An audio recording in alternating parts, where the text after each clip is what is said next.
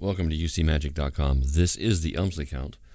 This is probably the most versatile count or move or utility you can possibly learn in card magic. You will possibly use it all the time. I know I have throughout the years. I've used it many times. It's most common in packet effects. The Elmsley Count has been around for forever. It's from the early 1950s. There are basically two ways to do this count. There's probably more, but I know of two, and that is the original way it was written is done at the fingertips, and the way I do it is in the mechanics grip.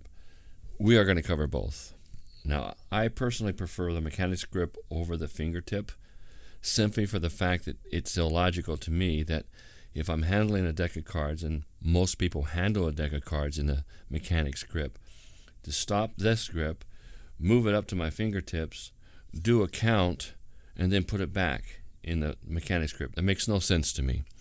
So I prefer to do all the Elmsley counts in the mechanics grip. And it's entirely up to you. I'm going to show you both methods today. So, hey, whatever you like, that's what you should do. So we're going to start with 4 cards. This count will hide one or more cards from the count. We're going to display 3 of the cards while 4 or 5 or 6 cards, however many cards you want to hide, don't get seen. And this is usually done when there's a face-up card or an odd colored back you want to hide. So when you count them, you have 4 cards all face down, while in fact actually hiding one.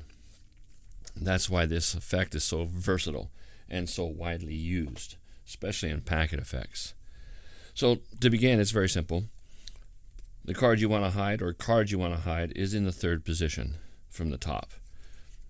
Just gather up the cards. Now when you grab the cards from the fingertips, fingers are along the side, all the way across. The thumb is across the edge, with the pad right on the edge. That's going to help facilitate splitting the cards or separating the cards. So the first card, hand comes over, your right hand, or whatever hand you're using, comes over and just takes off the top card. And while it does that, your thumb applies pressure and pushes off the top 2 cards along this way. That just facilitates the next move. Now the card in the right hand, this is card number 1. It goes underneath the packet and it jams up against the fingers in the left hand, and the index finger extends out. Okay, so as that happens, your index finger pulls in, and you take the next card, that's card number 2, while your left fingers pull that card over so it looks like it's in succession. And that's card number 3, that's card number 4. So let's do that in real time. First card, second card, the cards are swapped, just like that. Very smooth, very easy.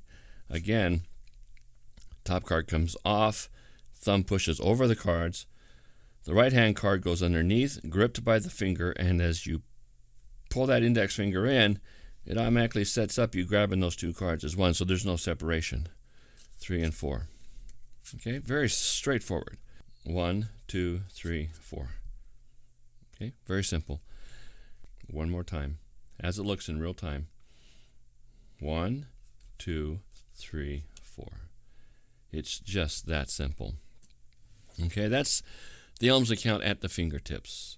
As I said, I prefer to do mine in a mechanics grip, and it is the same principles you've just learned, just slight a little bit of adjustments, with slight adjustments. Same principle. Now I have my fingers along the side, my index finger at the top corner. This helps me facilitate pushing that top card off, so I don't spread them.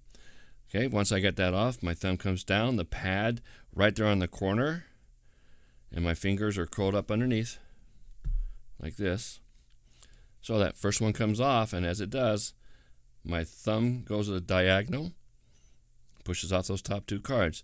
Now the same thing, this card comes under, contacts down here, and my fingers grip the top 2. And as I pull away, I swap the cards out. So that's 2, 3, 4. Okay, so in real time, it's just like the fingertip method. Straightforward. Okay, we'll do it again. Mechanics grip, just push off the top card, grab the cards in the corner with your pad. That's card number 1. Pushes this off. That's a 2-card block on top. Card comes on, jams into the fingers. And as you pull off that 2-card block as card number 2, you swap the cards out underneath the left hand. 3 and 4. So again, real time. 1, 2, 3, 4. Very easy. Just got to practice. It's all practice. Now that you got down the pinch and the mechanics grip, time to up your game and to really practice what you're doing. Use B's or anything that's borderless. There's no border to cover, because if you have a regular deck, if you're slightly off, no one's going to notice because the borders are white or whatever color your borders are. They're the same. So if there's a discrepancy in your count, they're really not going to notice it that much because it doesn't stand out. Not the case with borderless cards. These are stingers. They're continuous backs. There's no border. So when you reverse a card, and this is why they're designed this way, you can't have cards, they show up. You see the white border? Now we have to hide that card by using the Elmsley Count. And at the fingertips, it's just the same principle. Nothing has changed. Top card pulls it off. Next 2's pushed over. Just like that. Again, nothing out of the ordinary is showing. I'm just showing 4 cards. That one shows. You see the little border? That does happen.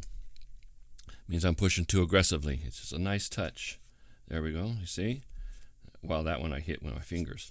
So it's practice. But when you get it down, it looks good just like that one. It's real good. Now, same in the mechanics grip. Same technique. Nothing's changed. That was a little bit of a flash in the back. I don't know if you caught it, but there was a flash. Pay attention to your cards when you're doing this. That one's very good. And the reason I say practice with this is because this prevents you from getting sloppy and lazy. Because when you come back to a regular deck of cards, and hey, you got the borders to protect, you don't have to pay attention to your technique.